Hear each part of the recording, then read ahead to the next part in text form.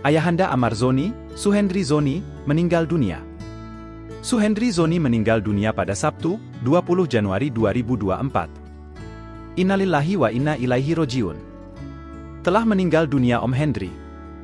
Pukul 20 waktu Indonesia Barat, Sabtu 20 Januari 2024, bunyi pesan dari keluarga Amar Zoni, Minggu, 21 Januari 2024. Kabarnya jenazah akan dimakamkan di tempat pemakaman umum, TPU, Kalimulya 1, Depok, Jawa Barat.